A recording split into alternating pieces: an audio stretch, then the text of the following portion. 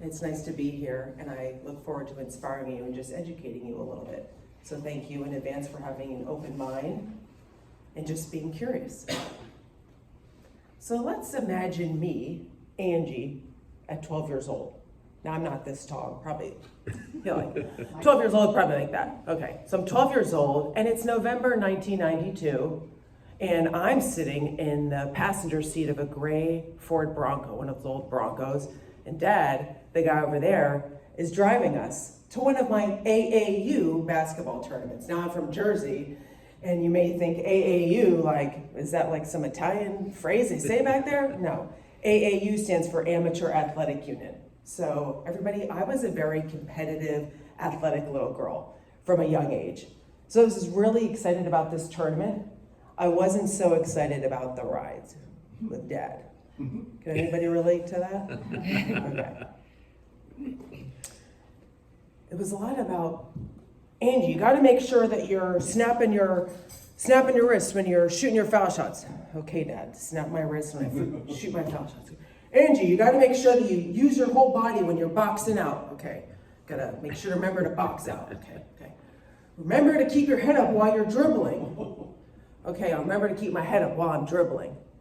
There's all these things about how I needed to do before the game. And I thought to myself, I wish there was a to-do checkbox for just have fun. You know what? Give yourself a pat on the back. Remember to have a good time. You're young. I wasn't training, I wasn't training to be some WNBA basketball player. I just wanted to have some fun, but the rides were long and they were usually about 45 minutes.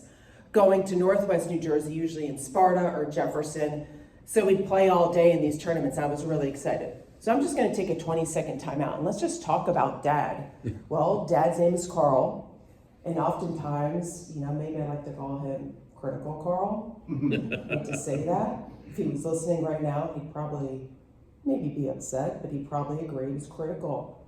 And has anybody ever had somebody just like speak at you, but not with you? There's a difference. We speak at people sometimes. I catch myself. Dad spoke at me a lot, like, you gotta be doing this. And so Dad didn't grow up with a lot of compassion, so I didn't learn a lot of compassion growing up. There was a lot of tough love. You either tough it up or you tough it out. I could hear on the sidelines, if I fell down and hurt my knee, he's like, get back out there. Can anybody relate to a parent that was like that? Or maybe you show a lot of tough love on yourself or to other people? Something to think about. So there's a lot of tough love. So time in. We're back in the Bronco. Usually did well at the games. I'm 12, 13. I just wanted to have fun. But I was very competitive, like I said.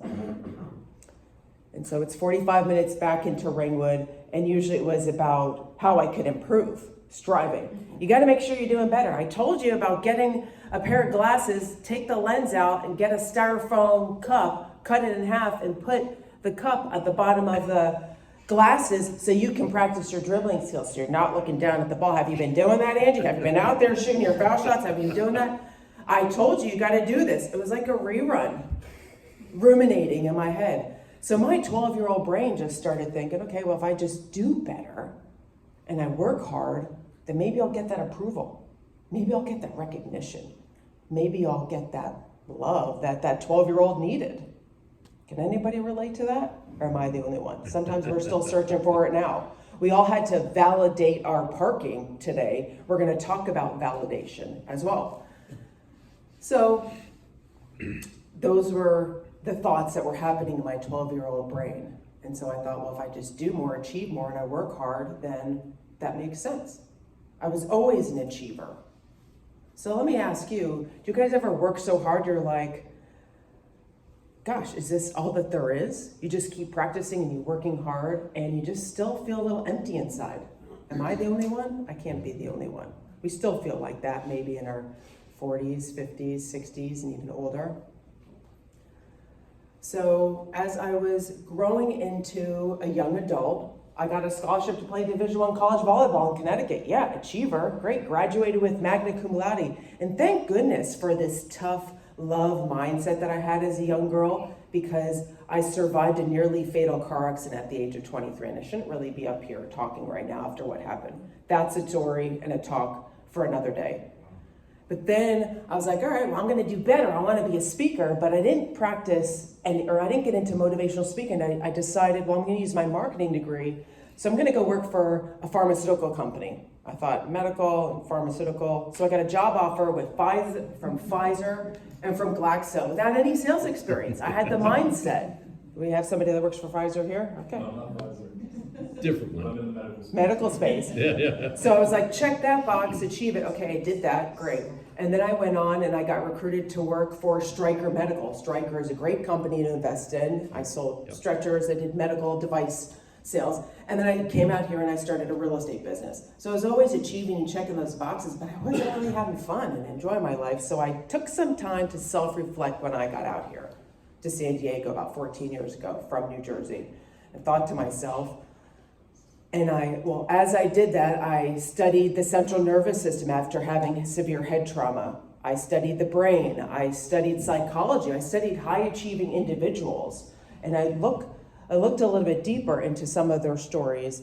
And so I came up with this concept, achiever syndrome. And I trademarked it in 2013. My personal injury attorney is like, you should put a name, you should trademark that. So years ago I did. And so today I'm here to help you guys just understand, to get curious and comfortable with understanding the achiever syndrome. I'm not going to go into all the details of how to fix it, how to manage it. We can talk about that afterwards. I do a lot of motivational talks and coaching, but this is about just understanding it and being curious and open-minded and opening your heart too. We all need connection. We all need love. My friends know me as a hope angel. I'm also a hug dealer. And I have a shirt that says hug dealer. So I might want to give you a hug afterwards if you need one. So let's get into defining the achiever syndrome. Just come here.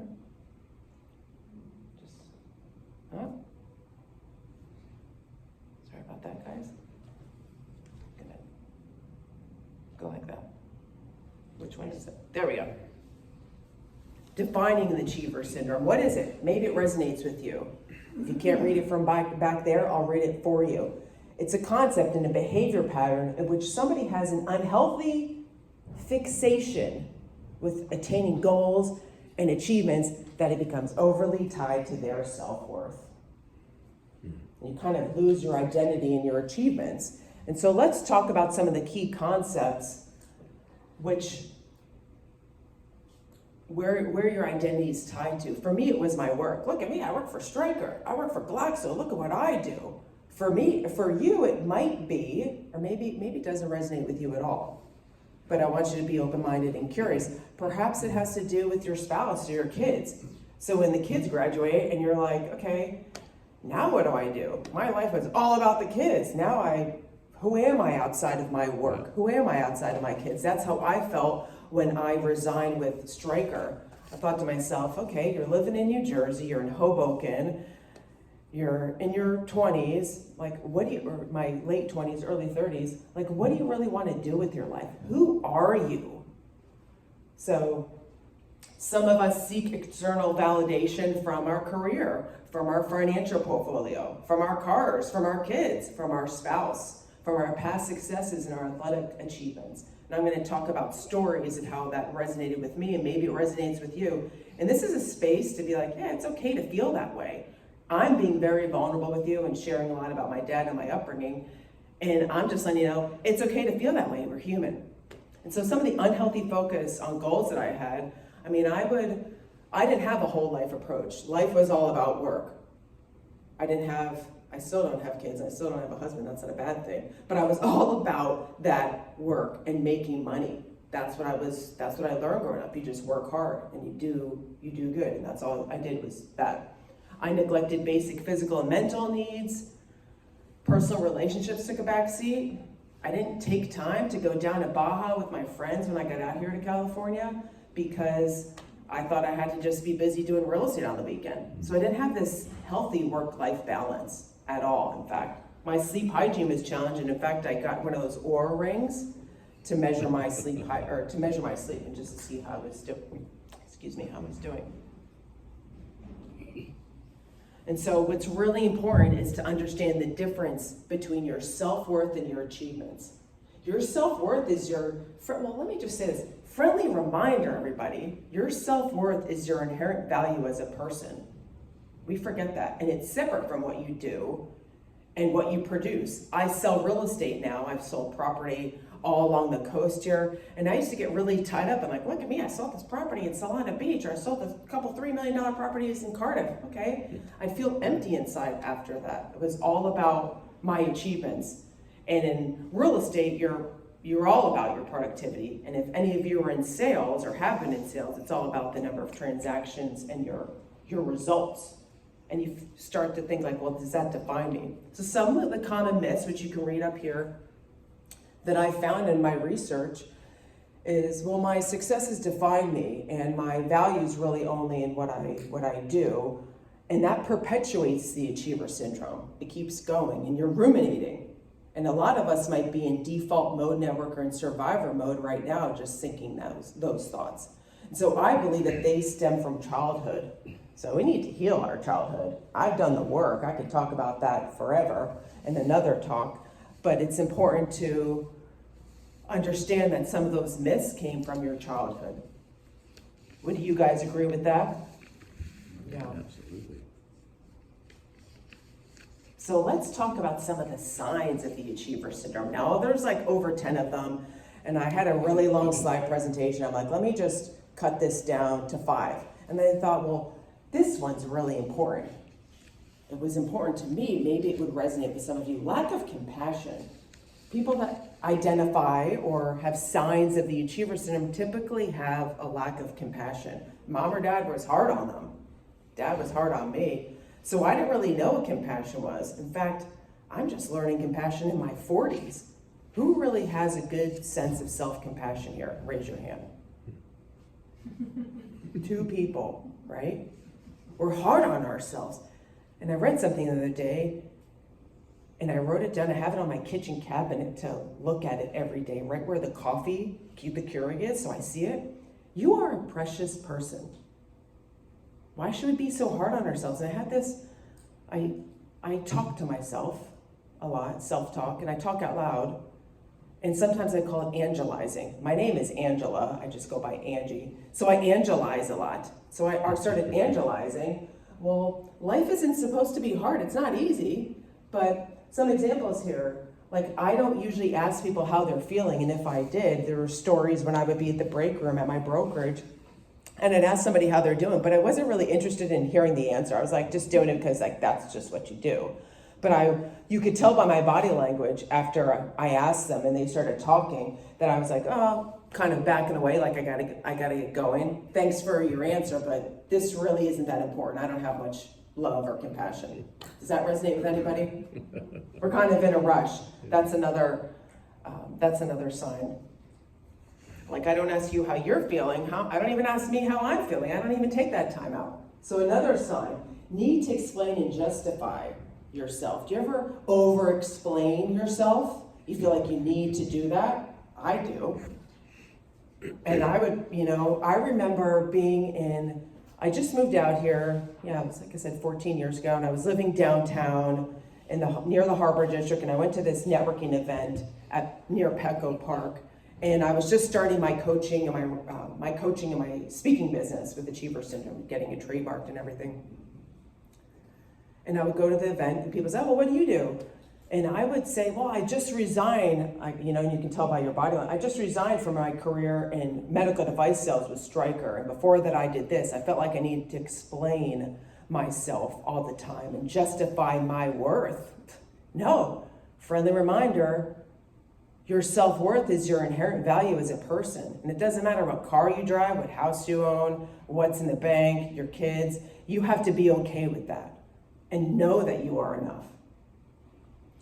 So an example, sometimes I would interrupt people. I'm glad that you do that. Well, here's what I do. And I have this example, oh, that's nice. Well, I'm climbing Mount Everest next week. What are you doing? It's like, let's take time to listen and be compassionate. Felix already did that. Oh, Felix already did that. All right, way to go, Felix. I'll have to talk to you after this. And some of us might be in survivor mode right now. I was in survivor mode for a long time, fight or flight, and that's just kind of your default on autopilot. I was on autopilot all through medical device. Even when I first got into real estate, I was just going all the time. It was all about work. And so you can read here on the slide, you're not really present when you you're not present when you have a dysregulated nervous system. I love studying the nervous system. If you caught me earlier, I was sitting there in the chair and I was just kind of touching my earlobe and rubbing the inside of my little ear canal here to help stimulate my vagus nerve, to calm my nerves, to get me really present and grounded. So there's things that you can do, and that's what I do talk about in extended, more in-depth talks about some of the reasons, some of the ways to help overcome and manage the symptoms. Hypervigilant tendencies as well. Do you guys ever think about, you're always like on alert? If you were afraid that you were gonna get in trouble when you were younger, like mom and dad, you're walking on eggshells, do you notice that you might still be doing that now? I don't know. It's okay, but notice that hypervigilance, like, I can't just sit still, or even asking yourself, why am I so irritated? Why does that person bother me? It's probably not them, it's just probably your central nervous system that needs to be regulated. Something to think about.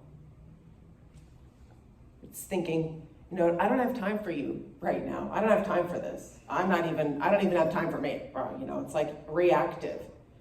You can react and you can respond. I have to practice it all the time. How am I better at listening and just saying, oh, thank you for sharing that. And here's how I need to respond. And just almost sometimes just receiving it as information. A big sign for the achiever syndrome for me, maintaining an image. I spoke about this a little bit earlier. One of my love languages, I think we all just need love. There's 5 love languages. My big love language is physical touch. It's why I'm a hug dealer. And number 2 is words of affirmation. So notice when you're out and about and you have this feeling of needing to be seen. Like I shared with the story when I was downtown and at Petco Park. Well, look at who I work for. And look at what I do. Or look at the homes that I've sold. What if you didn't share that? Would you be okay with that? What if you didn't explain yourself and you just received it as information? It might feel really uncomfortable.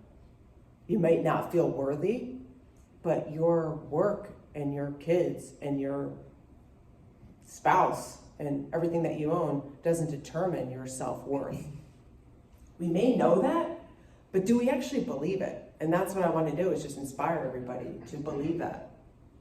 So again, seeking the myth, if I lose my edge. I was interviewing a friend of mine, he's a high achieving individual, and he said, well, it's almost like I'll lose my edge. If I don't maintain this image of busyness, and people might think like, something's wrong, or Daniel doesn't have it going on, so I don't want to lose my edge, so I have to maintain this image.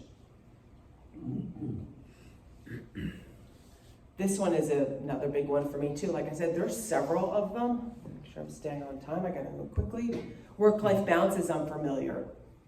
For me, it was all about making money, so I almost felt irresponsible if I was having fun, like really living a whole life.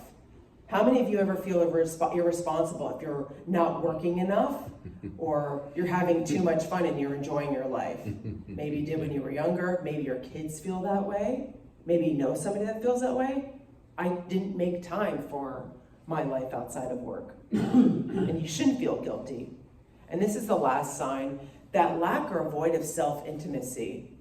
Actually, I like being alone. I love people. People are my lifeline, but it's okay to it's actually very important to spend time alone with yourself. You are your biggest investment.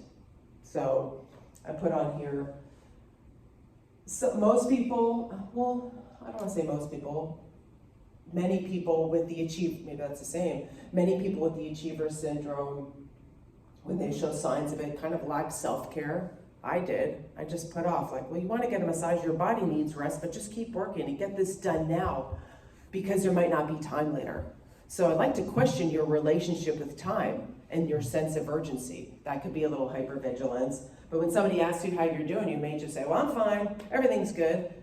And if you're answering in that way and that's not actually true to you, then maybe you need a little time out. So we've been sitting for a while and I'm laying on some heavy stuff. So why don't we all stand up? Can we all stand up? I hope you all be able to see the screen. And so just as I kind of like wrap up, what are some important findings from this? Your achievements don't define you. Like I said, it's not in your kids, it's not in Rotary. Yes, it's great, tell people about it, but you don't have to like go out in the world and brag about it. We gotta tame our ego, watch our ego. Your self-worth is your inherent value. And maybe touch upon those myths from childhood that that are still ruminating. There's ways to fix that. I have partners that I work with, and all strategies and techniques that I use now, in addition to, rubbing on my earlobes here. If you see me going like this and pulling, you know what I'm doing, stimulating the vagus nerve. And I'm not talking about that vagus, this Vegas. I did a talk at my Toastmasters meeting, and it was called "What Happens in Vegas," and it had nothing to do with Las Vegas. Everything about your vagus nerve. So, journal out, work with a therapist to work through some of those myths from childhood. And then lastly, reflect and invest in yourself. There's no time like the present. And Angela means messenger in every language. My mom and dad gave me that name. I'm here standing in front of you after surviving a near-death experience of a Dodge Ram pickup truck going over 55 miles an hour, crossed the double lines and hit me head on in my car when I was 23. They medevaced me to a level 1 trauma center and saved my life. And all the things that have happened have led me to this point to make sure that you guys know that there's hope. And I want to educate you and get you curious, because maybe there's people in your life that have symptoms of achiever syndrome and they're just continuing to suffer. So thank you for this opportunity to inspire you, and I'll pass it over to your President Arturo. Thank you. Thank you, Angie. Thank you for being the messenger of this, so that we can understand, the achiever syndrome. You're talking to the choir, as you know. We've got a room full of high-achieving Rotarians that are business people and successful and everything. But you know what? I have to give you one thing. So thank you. But as a actually, can I put this? We want to give you a small token of our appreciation for being our speaker. And yes, you're right. And let's see if I can do this, because there you go. We give you a donation in your name to this women's organization in El Salvador, and if you'll take that, then he can take a photo with the magic of Rotary in the background. That would be great. Anyway, so it's a donation for this organization we have worked with for decades, and actually our club is going to go down there again in